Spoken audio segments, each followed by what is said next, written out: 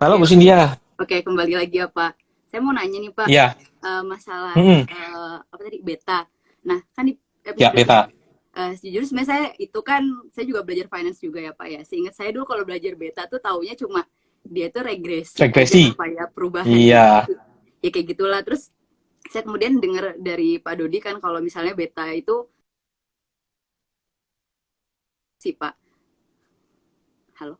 Putus-putus. Oh ya, halo. Iya, Pak dengar nggak? iya. Masuk, Iya. masuk. Iya.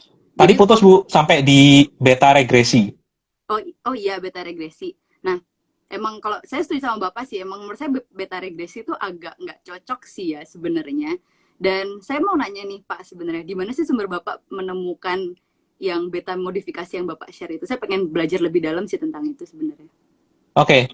Gini Bu, beta regresi itu sebenarnya masuk akal kalau pasar itu efisien. Jadi pergerakan harga saham itu apabila mengikuti semua informasi yang ada itu masuk, kemudian pergerakan saham itu mengikuti semua informasi dan orang-orang yang pelaku di pasar saham itu rasional semua, maka beta itu memang masuk akal karena pergerakan harga harusnya tercermin, fundamental tercermin dari pergerakan harga. Nah, masalahnya saya yakin bahwa pasar itu satu tidak efisien, tapi pasti ini akan ditentang oleh penemu teori apa pasar efisien Eugene Fama ya, pasti akan ditentang ya. Jadi saya sorry kembali, saya tidak memang tidak mengikuti konsep pasar itu efisien. Dan yang kedua, saya juga setuju bahwa pasar itu tidak rasional sehingga pasti pergerakan harga itu tidak dipengaruhi oleh rasionalitas. Nah, um, aslinya Bu, untuk menghitung beta itu, kalau nggak salah tuh saya sempat input sekitar 100 saham, mungkin nggak ada di di Excel saya yang di sini. Saya sempat input 100 saham, saya masukkan laporan keuangannya seperti apa, mulai dari neraca, laba rugi dan seterusnya. Kemudian saya coba masukkan beberapa faktor, misalnya ya gross profit, kemudian deviasi dari gross profit gitu, kemudian predictability, earning predictability. Nah, itu semua saya cari korelasinya, R-nya, coefficient of correlation, antara masing-masing faktor terhadap pertumbuhan laba. Dan saya menemukan bahwa market cap itu berkorelasi yang cukup tinggi terhadap pertumbuhan laba. Karena perusahaan-perusahaan yang besar yang punya market cap yang tinggi, itu dia ada korelasi yang kuat. Gitu. Korelasi kan harusnya saya yakin pasti Ibu tahu kalau di finance, R ya.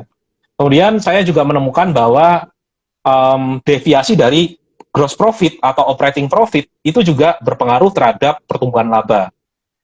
Nah, dari situlah saya akhirnya mencoba untuk mencari faktor-faktor mana yang punya korelasi yang positif terhadap pertumbuhan laba, um, ke dan saya masukkan sebagai kepada beta. Jadi beta saya itu murni dari apakah perusahaan tersebut bisa mempertahankan pertumbuhan labanya. Jadi faktor-faktor 5 faktor itu tadi yang saya sederhanakan dan saya masukkan di konten YouTube itu adalah terkait dengan seberapa kuat perusahaan tersebut bisa menaikkan labanya dan saya ambil di 10 tahun terakhir. Tapi balik lagi ya, ini dari orang teknik bukan dari orang finance. Saya coba-coba riset sendiri karena saya merasa saya tidak punya kapabilitas untuk menciptakan suatu teori. Saya yakin pasti banyak nabrak-nabraknya teori saya.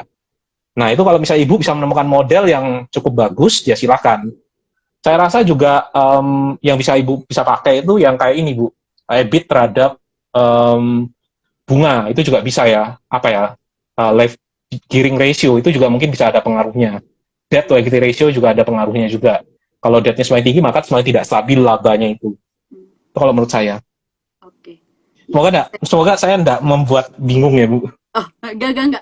Saya ngerasa sih kayak Bapak harus publikasi deh, Pak. Itu benar-benar menurut saya itu pas banget sih kayaknya. Dan ya, Iya, oke. karena saya merasa resiko itu tidak resiko itu tidak ditentukan dari naik turunnya harga kalau menurut saya, tapi dari seberapa kuat perusahaan itu untuk menumbuhkan laba. Karena inti dari bisnis adalah profit kan, kita mencetak profit. Itu inti dari suatu bisnis perusahaan. Kalau perusahaan itu tidak bisa untuk mencetak profit terus-menerus, profitnya naik turun, berarti perusahaan itu bukan perusahaan yang baik. Maka kita harus kasih dia resiko yang tinggi. Itu kalau menurut saya, kurang lebih gitu, Bu. Oke. Pak, Halo Pak terakhir Kris. boleh, Pak? Ya, Satu lagi, ya Pak, please. boleh. Apa namanya tadi sebenarnya saya udah nanya Satu dua juga kali sih. lagi nggak apa-apa juga, Bu. Nggak, terakhir nggak apa-apa deh. Kayak kasihan banget, lama banget soalnya Heeh, saya. Itu masalah obligasi dividen, Pak. Tadi saya nanya sebenarnya. Saya masih heeh. agak nggak paham. Dalam otak saya tuh namanya dividen itu kan dari saham gitu loh. Kok bisa yang namanya reksadana Hmm, obligasi itu bagi namanya bagi dividen gitu. Itu yang saya Betul, Bu. Kalau di prospektus itu namanya bukan dividen, tapi bagi sisa bagi apa ya, bagi hasil usaha kayaknya ya, atau sisa bagi hasil. Cuman di beberapa app apart, misalnya kayak di Bibit ya, dia itu mensimplifikasi namanya itu menjadi dividen. Padahal harusnya kan kupon. Ya, kupon, kemudian reksadana itu mengumpulkan mungkin kupon-kuponnya, kemudian di satu periode tertentu, setiap tanggal sekian, dia bagikan.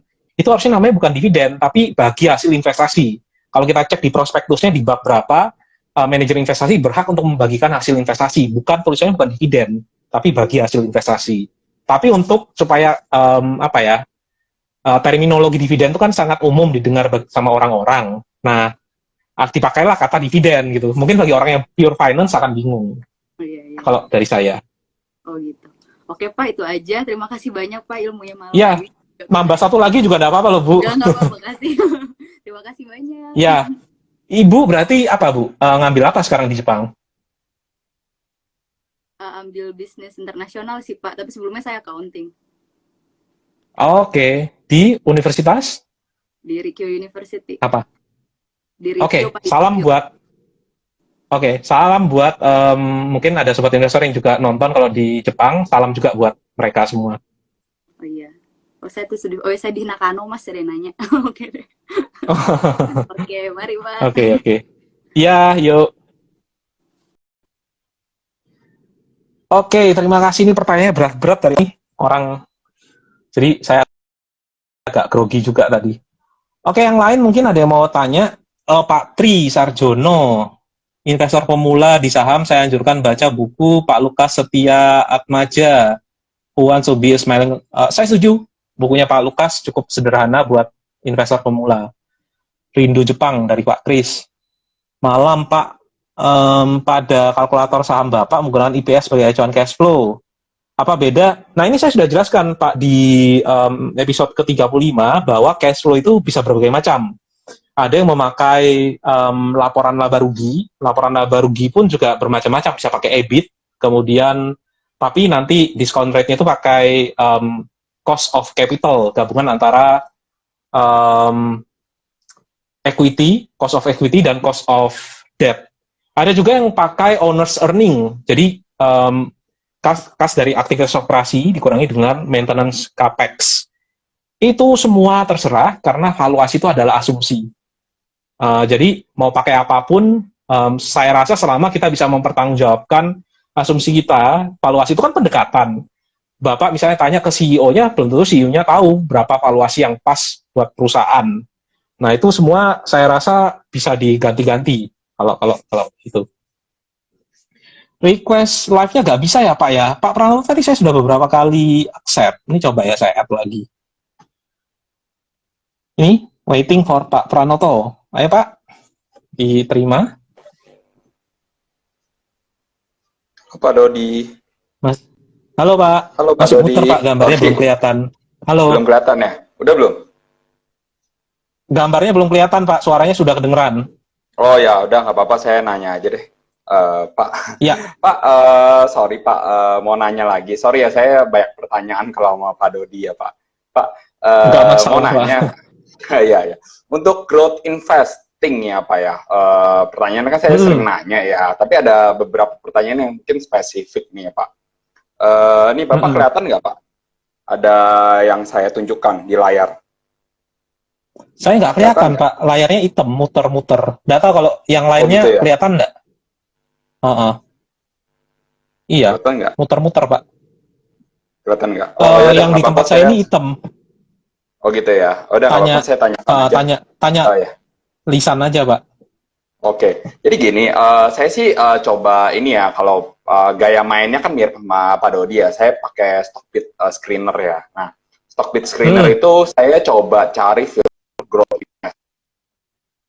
Kalau saya pernah baca satu buku growth investing, namanya ditulis sama Robert Specialized. Nah, jadi dia bicara tuh bahwa growth investing itu tuh dia banyak tuh ambilnya tuh dari ROIC gitu kan. Kalau nggak ROCE, Return of Capital Employee. Tapi kalau di Indonesia itu saya tarik itu nggak ketemu gitu. Ternyata tuh oh yang ini perusahaan yang bagus itu nggak ketemu gitu. Jadi perusahaannya tuh aneh-aneh, perusahaan yang digoreng lah atau perusahaan yang biasanya tuh masih berkembang tapi nggak biasanya tuh flat terus gitu kan. Nah, saya coba pakai analisa saya. Jadi tetap pakai misalnya market cap yang di bawah 100, biasanya di bawah 1 triliun. Terus saya pakai debt equity-nya kurang dari 0,5 gitu. Jadi lebih konservatif lagi, 0,5 bukan dari 1. Terus revenue YoY-nya itu lebih dari 20% selama 3 tahun berturut-turut. EV to EBIT-nya TTM itu kurang dari 15. Terus terus terakhir itu saya pakai free cash flow. Nah, saya nggak tahu nih kalau free cash flow pokoknya yang positif aja. Selama dia positif, nah itu saya biasanya langsung lihat itu saham itu. Nah, kalau menurut Bapak itu sendiri filternya itu gimana sih gitu? Ataukah misalnya ada komponen yang mungkin saya miss gitu, atau laporan keuangannya harusnya lihatnya di sini lagi gitu? Iya, ini pendapat saya ya Pak Pranoto ya, kalau tentang growth investing ya. Saya pernah baca presentasi dari, bukan pernah baca ya, pernah dengar presentasi dari Ian Castle. Jadi nanti Bapak bisa browsing di YouTube, Ian Castle, dia itu pendiri microcap investing. Dia penganut, bukan value kayaknya, penganut growth investing. Kalau menurut saya, dia cerita kalau perusahaan yang growth investing itu biasanya justru malah kita tidak bisa temukan dari screening malah. Dia itu banyak mengandalkan analisa kualitatif. Jadi, seberapa yakin perusahaannya tersebut bisa memperluas sales-nya atau bisa berekspansi. Nah, itu yang malah ditekankan oleh dia gitu. Dan yang pasti pasti kalau bisa bukan yang market cap-nya tinggi kalau yang growth investing-nya, tapi yang mungkin perusahaan yang mungkin itu lebih karena menganalisa prospek kalau menurut saya Pak ya. Kadang-kadang ada industri yang saat ini biasa-biasa tiba-tiba booming industrinya.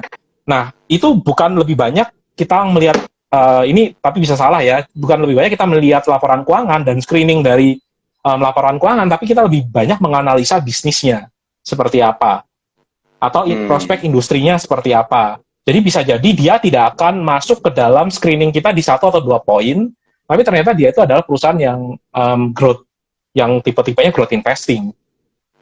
Misalnya, nggak tahu, mungkin dia akan masuk ke lini produksi yang baru gitu ya. Misalnya saya pakai contoh, mungkin industri keramik gitu misalnya. Dia akan menciptakan keramik yang di lini produksi yang di tipe keramik yang baru, dan ternyata dia sukses untuk mengambil pangsa market untuk di tipe itu. Atau misalnya mungkin produksi popok bayi, kemudian dia akan coba masuk ke lini bisnis yang baru, misalnya popok untuk orang dewasa gitu misalnya. Dan ternyata dia berhasil untuk mengambil market share itu. Itu tidak akan bisa kelihatan dari laporan keuangan. Kalau untuk growth investing itu lebih banyak ke arah kualitatif dan tanya-tanya. Itu kalau menurut saya loh Pak, tapi bisa salah. Kemudian saya juga sempat lihat presentasinya punyanya Chris Mayer, dia menulis buku 100 to 1. Di 100 to 1 itu juga dia cerita juga karakteristik perusahaan yang bisa 100 bagger. Nah, itu Bapak juga bisa baca atau dengar presentasi dari Chris Mayer tadi. Ada beberapa karakteristik yang kita bisa tiru juga. Tapi growth investing itu tidak akan jalan apabila seandainya kita tidak punya mentalitas yang sama. Misal, ketika harganya naik 20% kita jual. Nah, itu tidak akan jalan. Amazon pernah, Ian Castle itu cerita, Amazon itu dalam 2 hari itu naik 24% di tahun 1998 atau 2000. Orang pasti ada banyak yang jual pada saat itu ya.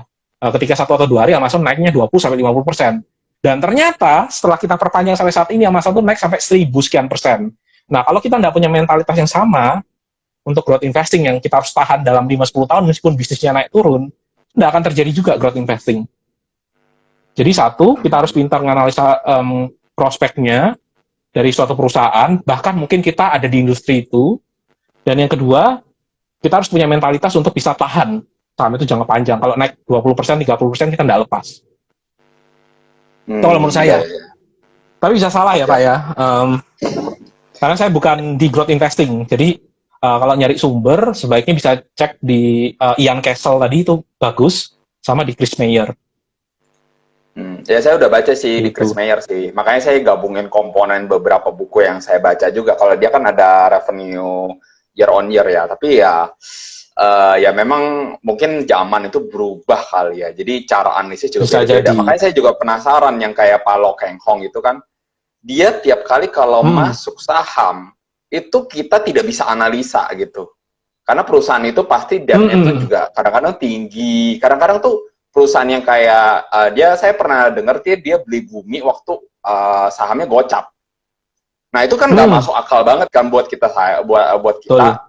Terus ada yang perusahaannya memang trennya itu setiap tahun itu malah turun terus gitu kan. Nah dia beli di tengah-tengah perusahaan financing dan perusahaan energi. Terus dia juga pernah beli kalau nggak salah saham UNTR seharga 250 perak. Terus dia jual di harga 15.000. Nah, itu benar-benar nggak masuk akal sih buat saya. Nah, itu saya nggak tahu ya, itu bisa nanyanya kemana, dan menurut saya juga analisanya mungkin tidak dipakai orang-orang luar gitu loh. Gitu. Jadi, kenapa kok tidak ada Warren Buffett yang banyak? Karena yang bisa memakai strategi Warren Buffett dengan baik itu adalah Warren Buffett sendiri. Kenapa kok tidak ada Pak Lo Keng Hong atau Pak Lo Keng Hong yang lain? Karena yang bisa memakai strategi dengan seperti Pak Lo Keng Hong, yang mungkin mengandalkan kesabaran, yang mungkin dia banyak membeli perusahaan turnaround atau perusahaan komoditas, itu ya Pak Lo Keng Hong sendiri. Kita kalau punya mentalitas, misalnya hanya kuat untuk membeli saham blue chip, yang kita hanya mengandalkan, maksudnya saya sendiri tidak cocok dengan perusahaan second liner, perusahaan turnaround, perusahaan komoditas. Karena ketika saham tersebut jatuh dari saya beli, saya mulai goyah analisa saya. Dan itu akhirnya merembet ke emosional saya. Tapi ketika saya beli saham blue chip, misalnya saham Bank BRI, ketika saya beli Bank BRI itu di harga 2.500 dan akhirnya turun terus ke 2.100, saya tuh punya pegangan yang kuat. Emosi saya tuh bisa saya jaga dengan baik. Tapi ketika saya beli misalnya perusahaan, Adi Sarana Armada di tahun 2013-2014, harga sahamnya 150, kemudian turun ke 120 atau ke 100, saya mulai goyah. Karena ini perusahaan second liner, bisa-bisa analisa saya salah gitu. Nah, itu tipikal-tipikal kayak gitu kita nggak bisa, Pak. Karena orang memakai strategi Pak Lo Keng Hong, itu yang paling bisa pas untuk memakai strategi Pak Lo Keng Hong adalah si beliau itu sendiri, bukan orang lain. Jadi kita temukan style kita sendiri, Pak. Kalau seandainya memang kita itu orangnya yang tidak bisa toleransi volatilitas yang terlalu tinggi atau tidak bisa goyah imannya ketika seandainya saham kita itu masih tidur tapi IHSG sudah naik, saham-saham blue chip lagi naik, terus akhirnya kita memutuskan untuk kita jual, ya kita nggak bisa pakai strategi itu. Jadi tergantung dari strategi kita sendiri. Itu kalau menurut saya.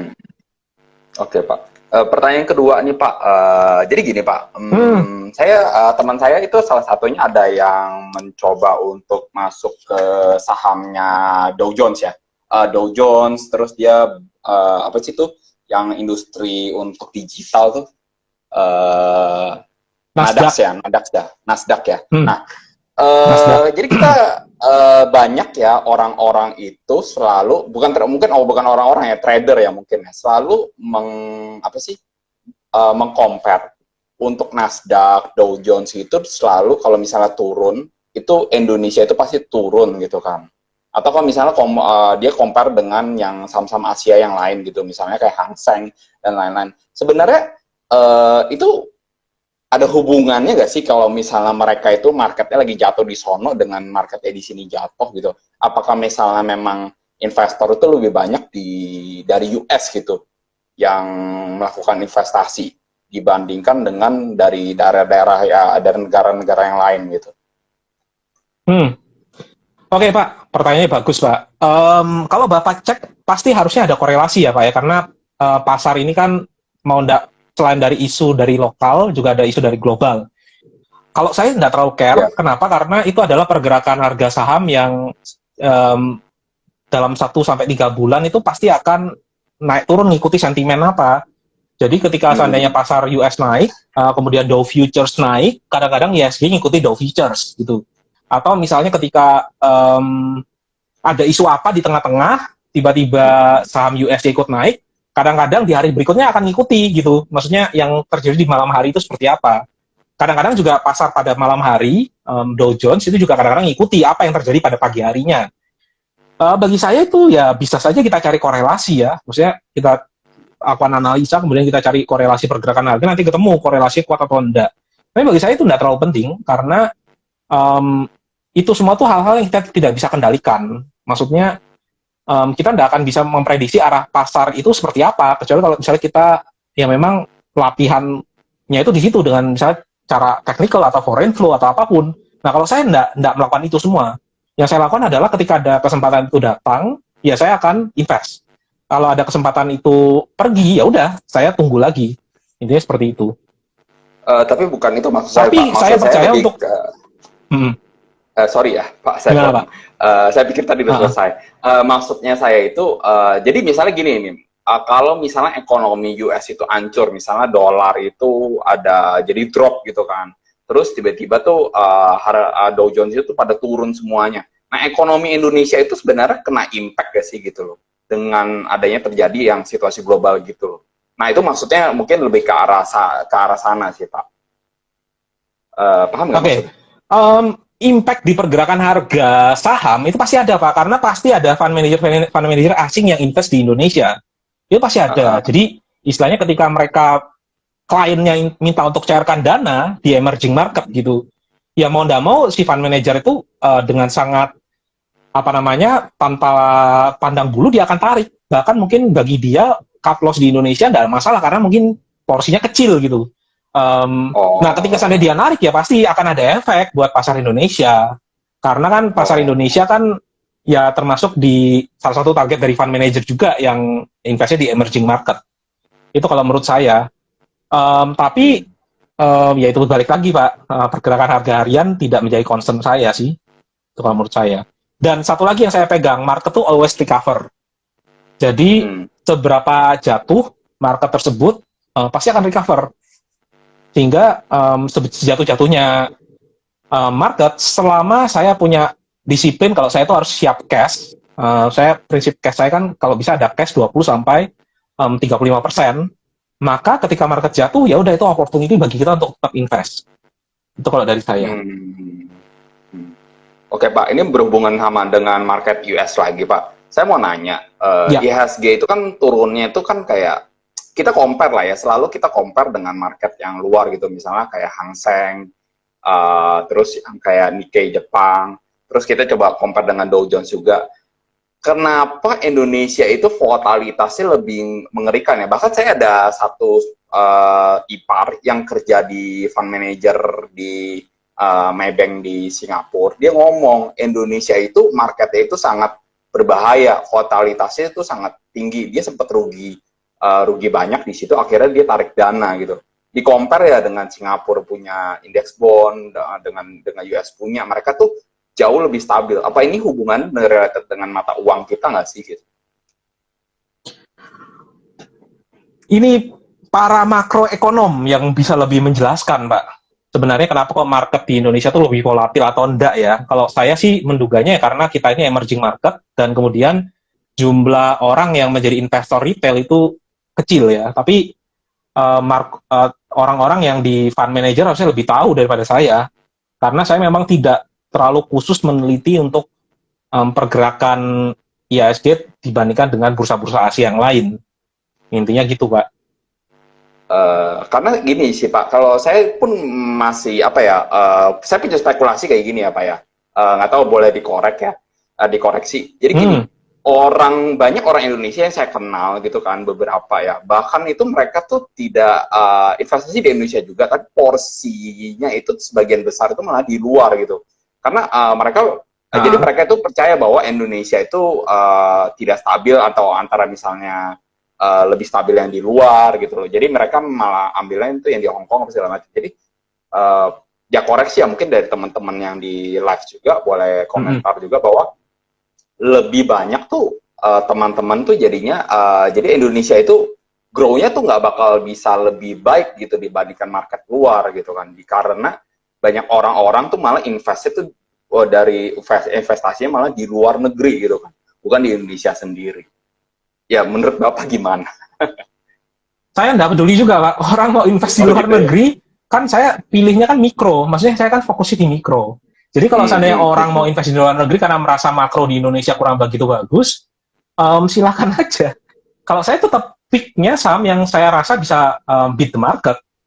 Jadi saya nggak terlalu nggak terlalu peduli juga. Kalau orang mau invest di emas, ya itu haknya orang. Tapi saya nggak invest di emas.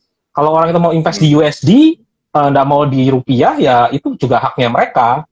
Karena kita kan investor kan harus independen dan punya analisa sendiri ya. Jadi kalau kita ikut-ikutan mereka, tapi kita nggak tahu apa di balik mindsetnya mereka dan apa tujuan investasinya mereka, mungkin mereka mencari yang stabilitas, bukan nyari yang hal-hal yang kita cari, ya nggak akan ketemu.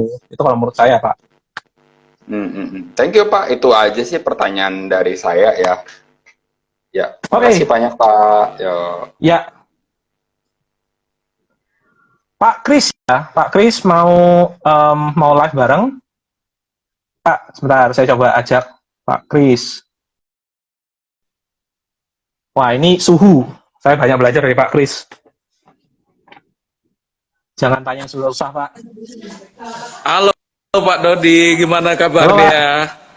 Baik, Pak Kris. Pak Dodi, ya saya mau pertanyaan nih. Ini mungkin lebih apa? Kalau kita lihat karirnya banyak value investor kan di Amrek ya, dan salah satunya karena track record kita panjang sekali.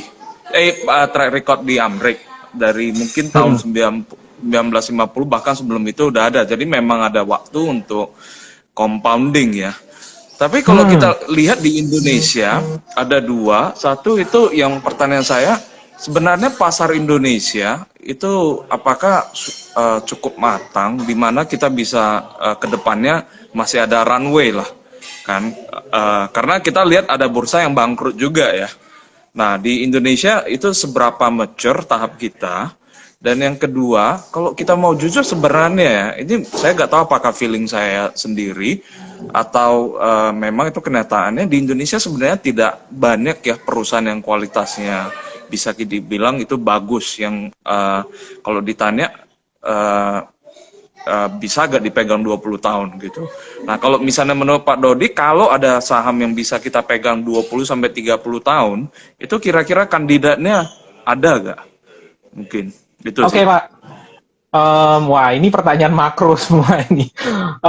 Ini pandangan saya tentang makro pasti mungkin tidak setajam Pak Kris dan teman-teman yang lain ya, Pak ya. Kalau bagi saya Indonesia ini kan satu emerging market, jadi pasti akan volatil. Maksudnya tidak akan se-major yang bursa-bursa seperti US ataupun mungkin yang kalau di Asia Singapura dan sebagainya. Karena kita itu masih emerging market. Dan yang kedua, kebanyakan dari kita itu bukan creator, maksudnya industri-industri kita tuh banyak ya import gitu, kayak misalnya mobil atau sepeda motor gitu. Kita nggak create sendiri dan belum terlalu banyak juga brand-brand yang ada. Justru kita itu kekuatannya kalau menurut saya di resource, natural resource, dan mungkin di UKM malah ya, bukan di perusahaan-perusahaan yang create teknologi sendiri atau create istilahnya industri sendiri. Itu yang saya rasakan kita dibandingkan dengan bursa misalnya di US atau di China atau di manapun. Nah, sehingga kita bisa bilang mungkin bursa kita ini tidak akan setahan atau se-resilient kalau di bursa US gitu. Itu pasti kalau menurut saya. Tapi pasti akan ada Pak saham-saham yang tetap bisa baik. Contohnya yang market share-nya yang tinggi. Misalnya di banking, kemudian di consumer goods, saya rasa pasti ada Pak saham-saham yang bisa dipegang 20 tahun. Tinggal masalahnya saham-saham tersebut kebanyakan valuasinya sudah tinggi. Tapi pada saat pandemi ini beberapa memang sudah ada yang valuasinya turun. Kalau saya rasa mungkin betul katanya Pak Kris, mungkin nyampe 15, saya nggak tahu ada apa enggak ya lebih dari 15 perusahaan ya yang bisa kita tuh percaya dengan kinerjanya akan terus-menerus meningkatkan laba sampai 10 bahkan 20 tahun ke depan. Kalau consumer goods ya pasti kan, merek mie instan itu pasti, kemudian yang barang-barang keseharian kita pakai itu pasti. Masalahnya selalu divaluasi. Valuasinya dan selalu valuasi itu tinggi gitu, nggak bisa ketemu. Itu kalau menurut saya Pak. Kalau di bank ya ada juga Pak bank-bank yang seperti itu. Thank you menjawab. Oke. Tapi saya rasa Pak Kris pasti lebih tahu dari saya masalah ini. Enggak lah, jangan gitulah, Pak Dodi. Saya YouTube-nya bagus-bagus loh. Nanti silakan Thank you, subscribe thank you. ya channelnya Kris Angkasa. Kemudian Pak Kris ini juga dan juga di Instagram. Saya juga banyak belajar dari beliau. Ketemunya waktu itu di Stockbit di 2013 kalau nggak salah. Pak Kris banyak kasih tulisan yang bagus-bagus. Oke, Pak Paskalis mau nanya apa Pak? Pak Andreas? Oh, mungkin bisa di-typing ulang. Atau mau live? Iya, Pak Kris ini apa usernya? Cool Spot ya dulu ya. Banyak tulisan bagus-bagus. Kalau YouTube-nya Pak Kris ini Kris Angkasa namanya sendiri. Ini bisa dicek ya, sobat investor ya. YouTube-nya Pak Kris ini 1 jam, tapi isinya daging semua.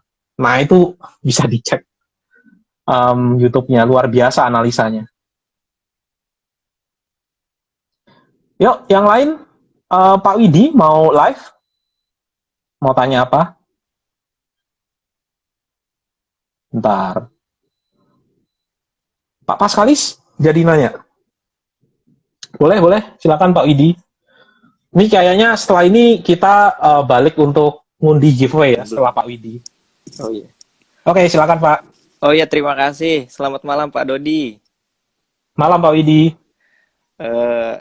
Kebetulan saya juga dari Jepang nih sama kayak Bu Cynthia tadi ya. Dari Ya. Tokushima, Jepang, Pak. Mungkin rehat sedikit Pak, tadi diskusinya berat-berat. Aduh. Saya saya pemula Pak di saham, baru awal 2019 mulai Sebenarnya otodidak. ini channel investasi loh Pak, bukan channel saham loh Pak. Tapi nggak tahu Oh, iya, semuanya nanya investasi. saham semua. Nggak apa-apa. Iya ya. Terima kasih banyak Pak, itu konten YouTube-nya sangat membantu saya gitu yang pemula dan gak punya Iya. background tentang financing lah Pak ya. Ini pertanyaan saya Iya, Pak, iya, iya. di value investing itu apa ya? Keuntungan yang kita dapat itu difokuskannya di capital gain ya Pak ya? Apa memang mempertimbangkan dividen juga Pak? Yang namanya value itu gini Pak. Jadi value itu kan artinya kita nyari bargain atau nyari Diskon. barang yang harusnya nilainya itu segini, kita beli di harga diskon. Jadi pasti kebanyakan itu kita akan mencari yang ada kapital. Nah, dividen, kalau menurut Benjamin Graham, kalau saya tidak salah baca, itu adalah indikator di mana perusahaan tersebut itu tidak nipu-nipu. Ketika dia berhasil untuk membagikan dividen, artinya model bisnisnya sudah teruji, apalagi dia sudah bisa bagikan dividen selama 10 tahun terakhir gitu. Artinya model bisnisnya sudah teruji bisa membagikan dana ke investor. Gitu. Bukan sekedar manipulasi seperti misalnya mungkin Bapak pernah tahu kasusnya di Enron gitu ya. Kan dia kan akhirnya manipulasi laporan keuangan dan sebagainya karena ternyata ya direkayasa. Dengan adanya dividen artinya model itu sudah teruji bisa membagikan sebagian kecil kepada investor, laba yang tadi tidak dibagikan bisa diputarkan lagi. Nah, itu dividen. Yang kedua, sepanjang kita menunggu value kita tuh balik ke normal, dividen itulah yang memberikan kita bonus tambahan. Itu Pak, fungsinya dari dividen. Jadi Tapi dua memang hal itu value tetap jadi investing pertimbangan tuh ya Pak ya? ada value investor yang nggak mempedulikan dividen, kalau saya masukkan sebagai syarat. Jadi kalau bisa bagi dividen at least 5 tahun terakhir. Soalnya mungkin ini saya salah tangkap ya Pak. Bapak di video kapan itu pernah mengatakan saya menjual HSMP ya, kalau padahal dia mau membagikan dividen tapi saya jual untuk HM Sampurna, HMSP ya. iya, HMSP ya. HMP ya. HMSP ya. HMSP ya. Katanya padahal HMSP itu saat itu akan membagikan dividen tapi Bapak jual gitu untuk dapatkan saham yang lebih bagus, yang diskonnya mungkin lebih besar ya saat itu ya Pak ya. Nah, konteksnya itu kayak gini, Pak. Jadi kadang-kadang itu tidak semulus yang kita bayangkan ya. Maksudnya kalau secara teori kayak gini. Jadi gini, ketika dalam praktek, pada saat itu, cash saya menipis, itu pasti. Ketika saya mau mencairkan peer-to-peer lending saya, belum jatuh tempo. Itu ya kondisi saya pada saat itu ya. Tapi pada saat itu, Bank BRI itu turun ke 2.400, 2.300, saya ingat, terus turun lagi ke 2.200, 2.100. Nah, saya perlu dana, perlu cash. Opsi yang saya lihat ketika saya tidak punya cash, dan saya tidak bisa mencairkan peer-to-peer lending saya, adalah saya menjual saham saya. Karena saya merasa HM Sampurna pada saat itu di harga 1.700 sampai 1.900, itu price to earning-nya itu sudah sekitar 15 kali, dan itu sudah meningkat sekitar 10-30% dari initial pembelian saya, maka saya korbankan HM Sampurna tersebut untuk membeli saham Bank BRI di harga 2.200 kalau tidak salah. Nah, teori dan praktek itu kadang-kadang beda. Kalau di teori ya saham bagus harusnya kita keep. Tapi di praktek kadang-kadang kita dihadapkan pada dua saham, di saat yang bersamaan kita harus pilih salah satu. Opsi lainnya adalah saya tidak beli Bank BRI. Opsi lainnya pada saat itu karena saya tidak punya cash. Nah, disitulah kita muncul critical thinking-nya kita. Kita mau ngapain sih, kita decision making kita muncul di situ. Ya udah, saya memilih membeli saham Bank BRI dengan cara saya mengorbankan saham HM Sampurna. Tapi pada saat ini HM Sampurna kan juga turun di bawah harga jual saya, ya saya mulai cicil beli juga. Ini tidak ada anjuran ya Pak ya, tidak anjuran membeli ya. Intinya kita tuh kadang-kadang di suatu tahapan itu kita dihadapkan pada decision making. Nah itu yang beda-beda tiap investor. Ada banyak alternatifnya, bisa lepas BRI karena tidak ada cash, korbankan HM Sampurna karena untuk mau beli BRI dan seterusnya. Gitu. Oke Pak. Ya jelas Pak, kemarin ada agak sama mengalami hal yang sama gitu Pak, ketika nggak punya cash tapi ada saham bagus harus menjual saham yang lainnya. Meskipun masih ini lah receh Pak. Pertanyaan selanjutnya Pak, yang kedua ini, saya itu ada di satu grup bisnis itu dijelasin katanya bahwa kita itu harus punya target ROI ya Pak ya, return of investasi Pak, bukan yang equity-nya. Jadi dalam 1 tahun itu tentukan target ROI kita gitu. Saya kan mulai investasi saham tuh 2019 awal. Ketika saya berjalan 1 tahun, saya temukan tuh minus gitu. Lalu saya di saat awal itu kan pertama trigger yang masuk ke saya itu adalah dari yuk nabung saham tuh Pak. Jadi pakai dollar cost averaging ya. Jadi tiap bulan ya saya cicil beli saham blue chip yang bagus gitu. Tapi mungkin karena memang 2019 awal itu memang IHSG lagi tinggi-tingginya, mungkin kebetulan saya belinya lagi di harga yang mahal ya Pak ya saat itu tuh. Nah ketika setelah selesai itu akhirnya saya kayak ya mulai dapat insight baru, namanya mungkin terakhir dari ya mulai mengenal value investing atau apa gitu dari Pak Dodi juga. Nah saya tuh menentukan target bahwa tahun itu ya harus dapat misal minimal return 10% gitu. Nah, cara menempatkan itu ya dari capital gain sama dari dividen gitu. Nah kalau Pak Dodi sendiri apakah di target misalnya harus dapat ROI dari investasi saham itu misal setahun itu sekian persen, atau memang ya kembali ke value investing itu menunggu misalnya si harganya itu memang udah di atas harga wajar atau di harga yang kita tentukan itu, atau memang ditentukan dengan waktu gitu Pak, misalnya dengan per 1 tahun atau misalnya per 2 tahun gitu. Ada nggak Pak kalau Pak Dodi? Pertanyaan bagus Pak. Kalau saya nggak ada target sih Pak, return investasi saham itu berapa, karena saya tahu saham itu dalam 1 tahun itu volatilitas naik turun harga itu sangat besar. Jadi saya tidak akan menarget ketika saham tersebut ketika sudah returnnya 20%, kemudian saya jual dan sebagainya, tidak ada. Balik lagi ke value investing, ketika sudah sampai di harga wajarnya, muncullah opsi baru, yaitu kita bisa merealisasikan keuntungannya kita, atau kita bisa hold. Nah itu beda-beda lagi tiap investor. Atau mungkin kita hold sebagian, kalau ada terus kemudian kalau bisa sangat bagus sekali, kemudian sisa cash-nya kita belikan ke investasi yang lain yang masih ada pada saat itu. Nah ini decision making ini bisa beda-beda tiap investor. Tapi kalau saya tidak ada target return dalam 1 tahun harus berapa, kalau gitu kan malah jadinya kayak bisa mengerucut ke trading nantinya. Nah itu saya tidak lakukan itu, dan supaya kita tidak harus ada return sekian dalam setiap tahun, ya pastikan uang itu uang dingin. Jadi kita tidak terpressure untuk membungakan uangnya kita. Itu kalau dari saya. Oh iya Pak. Mungkin itu aja Pak. Terima kasih telah diberi kesempatan buat nanya. Sehat-sehat terus Pak Dodi. Ditunggu video-video berikutnya. Sukses. Iya Pak. Ya. Terima kasih Pak. Terima kasih. Oke, tadi saya sekelibat sempat tanya Pak Kris. Pajaknya udah final, betul Pak Kris. Kalau saya sih masukkan di penghasilan neto lainnya, jadi ngikut progresif Pak. Jadi hati-hati buat peer-to-peer lending yang return investasinya cuma 10%. Itu bisa lebih rendah daripada reksadana pasar uang atau reksadana obligasi. Ya, jadi kalau bisa peer-to-peer lending kalau sudah return-nya itu sudah ya cuma 8% sampai 10%, itu sudah dikurangi dengan gagal bayar, itu nggak worth it untuk kita investasikan di sana, karena dengan reksadana obligasi kita bisa dapat return yang mungkin setelah dipotong pajak peer-to-peer lending-nya itu lebih tinggi reksadana obligasi.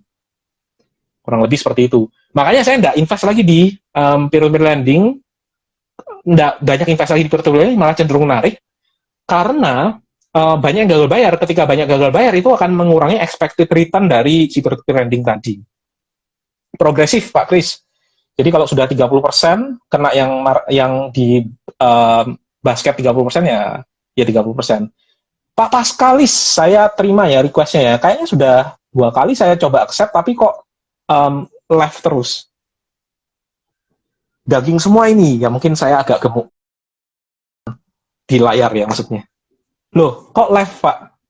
Kok mungkin koneksinya ya? Pak Paskalis saya sudah accept 3 kali request-nya, tapi left. Coba saya add ya. Ini saya add lagi. Decline. Atau Pak Paskalis coba tanya aja di sini, nanti saya pantengin.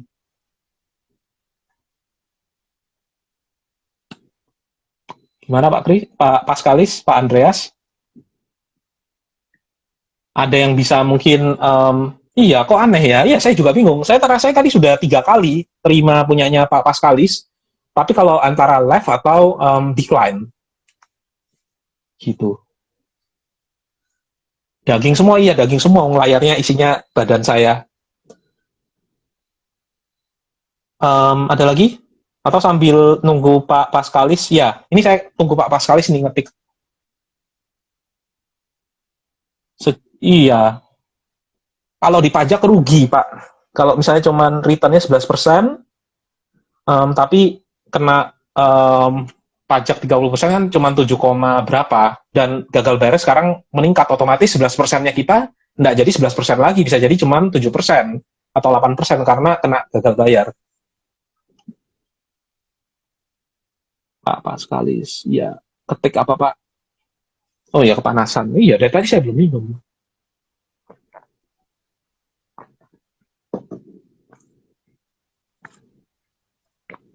Saya minum tehnya kepala jenggot, punyanya orang tua. Orang tua, kapan mau IPO? Berandai aja, ada aset keuangan yang memberikan fixed return 20% per annum dengan resiko mirip saham. Ini in long term, pilih saham atau aset tersebut. Ini agak susah, Pak, karena resiko dari saham itu adalah return-nya itu tidak fix. Apakah ada risk lain, misalnya gagal bayar atau apa? Kalau seandainya resikonya itu adalah tidak ada gagal bayar, kemudian asetnya itu naik turun, cuman volatilitas harga saja, tapi tetap bisa memberikan return 20%, mungkin ini di UKM ya, UKM online ya, Santara atau apa ya mungkin ya. Bisa jadi saya pilih yang itu Pak, karena 20% itu Warren Buffett aja returnnya segitu. Mungkin saya akan pilih itu, apalagi kalau seandainya IHSG-nya sudah balik ke atas 5.500 gitu. Itu Pak Paskalis, tapi salah satu resiko dari saham itu adalah dia tidak memberikan fixed income, jadi sebenarnya agak bertentangan di sini. Nah, kalau seandainya memang dia benar-benar menggaransi bisa memberikan 20%, which is tidak tahu unlikely mungkin ya, dan resikonya itu hanya sekedar volatilitas harga dari si aset tersebut, kalau mau jual harga bisa naik turun, maka saya dengan senang hati bisa masuk ke situ, kalau seandainya memang itu tidak too good to be true ya. Lainnya pasti akan saya save kok. Yang pertama sudah saya save. Nah, ini waktunya tinggal 18 menit lagi. Postnya kayaknya saya nggak post di YouTube ya kayaknya ya. Saya post di IG aja. Nanti bisa dicek di IG story-nya. IG TV-nya. Saya masukkan sampai lupa ini. Dari satu ini semua aja ya, biar tidak usah. Pak, nanti diupload ke YouTube ya. Cek di IGTV aja, nanti bisa. Nanti saya save di IGTV. Asetku kok masih TKB 90-nya 100%. Ya, ini saya juga bingung, kok bisa masih 100% ya. Harusnya kalau secara logika, dia kan peer-to-peer lending-nya konsumtif, ngasih kredit ke orang-orang yang misalnya beli HP online atau beli apa. Tapi kok bisa 100%, dan ketika saya tanya manajemennya, belum ada yang gagal bayar juga, jadi belum ada cover dari asuransi. Kalau saya lihat live CEO-nya, dia cerita kalau memang itu murni dari mitigasi resiko yang mereka lakukan. Nah, tinggal sobat investor mau ketika menaruh uang di asetku dalam jumlah berapa yang ini aja, yang ketika mau tidur itu masih nyaman. Kalau saya misalnya masukkan suatu angka, ternyata nggak bisa tidur malah ya karena kepikiran itu ya nggak worth lah. Taruh yang siap untuk hilang. Itu aja. Oh, berandai-andai Pak, gak beneran kok. Oke, kalau saya sih prefer fixed return 20%, Pak, pasti itu. TKB 90 Amarta bisa dilihat di mana? Bisa dilihat di websitenya ya. Nanti bisa dicek websitenya. Ada lagi mungkin yang lain? Mengecek saham perbankan bisa cek punyanya Pak Paskalis ya. Ada artikelnya ya. Jadi kayak indikator-indikator perbankan, kayak CAR-nya, kecukupan dan juga ada NPL-nya, non-performing loan-nya, kemudian CASA, BOPO, itu ada di websitenya Pak Paskalis, Pak Andreas Paskalis Investment. Nanti bisa dicek di situ. Pak Dodi sudah tidak main peer-to-peer lending lagi, Pak. Saya kan sudah cerita kalau saya itu tarik-tarik fase-fase narik-narik karena mau invest di saham. Nanti kalau perekonomiannya sudah kembali normal, nanti saya invest lagi. Kalau di peer-to-peer lending, masih ada beberapa yang proses yang, maksudnya saya masih tetap keep itu investri karena kinerjanya masih bagus dan asetku saya juga masih ada beberapa di situ. Tapi ini bukan ajakan membeli ya. Ya, saya nambahin Pak Johnson tadi ya. Jadi, cerita sedikit ini kehidupan pribadi, saya tuh suka main game. Jadi game RPG yang pertama saya mainkan itu ketika kelas 5 SD itu adalah Final Fantasy 7, Final Fantasy 7. Nah, ketika main game itu, ketika ada kesulitan, itu saya selalu coba cek walkthrough-nya seperti apa, dan saya coba menyelesaikan semua misi yang ada. Jadi kayak ngelawan Ruby Weapon, Emerald Weapon, itu saya coba lakukan. Nah, mungkin itu ya, karena saya merasa dari awal tuh ketika main game tuh saya harus menang dan bisa mencapai kesuksesan menyelesaikan misi-misi tersebut, maka saya coba cari tahu, entah itu baca internet, walkthrough, dan sebagainya. Kalau nggak salah dulu bukan internet ya, tapi masih dalam buku ya, buku walkthrough ya. Nah, itu yang saya terapkan di saham. Ketika saya merasa investasi saya di saham itu gagal, saya bukan malah mau quit, tapi malah penasaran kenapa kok saya gagal. Sehingga saya perbanyak baca buku kalau nggak salah. Dan saya sempat ikut satu seminar kalau nggak salah ya, 2 seminar. Punyanya Pak Yosi Girsang, halo Pak Yosi kalau masih ada di sini, dan punyanya Pak Lukas Tiatmaja pada tahun 2019-an. Nah, dari itu saya punya, yang saya dapatkan itu adalah mindset dari investor, itu yang saya masih kurang. Kalau dari bacaan itu mungkin, ya kita tahulah kurang lebih ya, Sobat Investor kalau baca 5-10 buku, pengetahuan investasi pasti dengan mudah akan dapat. Tapi mindset sebagai investor itu yang kadang kita harus diverifikasi oleh orang lain. Nah, itu yang saya dapatkan, dan mulai tahun 2019 saya banyak nonton YouTube di Talks at Google, Ivy Business School, kemudian Texas Lutheran University, di mana banyak finance manager yang bercerita di situ. Di situ saya bisa nangkap mindset dari seorang investor itu seperti apa sih? Itu saya banyak dapat. Saya kasih ya beberapa fund manager yang saya kagumi selain Warren Buffett, karena Warren Buffett itu rasanya sudah terlalu overexposed. Mario Gabelli bisa dicek, kemudian Howard Marks itu juga bisa dicek, kemudian apalagi ya, Ian Castle itu juga bisa dicek di mindset dia, growth investing, microcap. Tobias Carla itu juga bisa dicek juga. Jadi nanti browsing aja di internet fund manager yang sempat berbicara di Talks at Google maupun di YouTube lainnya. Nah, itu mindset itu yang bisa menguatkan kita ketika kita berinvestasi itu, apa yang mereka tuh pikirkan sebenarnya. Bill Ackman, oke juga. Bagus juga Bill Ackman. Kalau Icahn itu lebih ke arah aktivis. Jadi kurang terlalu ini. Bill Ackman juga ke arahnya aktivis ya. Kalau aktivis kan kita nggak bisa ngikuti. Kita beli perusahaan, kemudian kita obrak-abrik manajemennya. Wesley Gray, betul Pak, quant investing ya dia ya, ada memasukkan unsur momentum juga di situ. Oke, kalau gitu terima kasih atas partisipasinya semua, ada 100 orang lebih ya dari awal sampai akhir. nanti akan saya sering-sering lah untuk bikin IG live seperti ini. Nggak hanya di Zoom saja, karena kalau di Zoom kan terbatas. Ray Dalio, jujur saya nggak terlalu suka.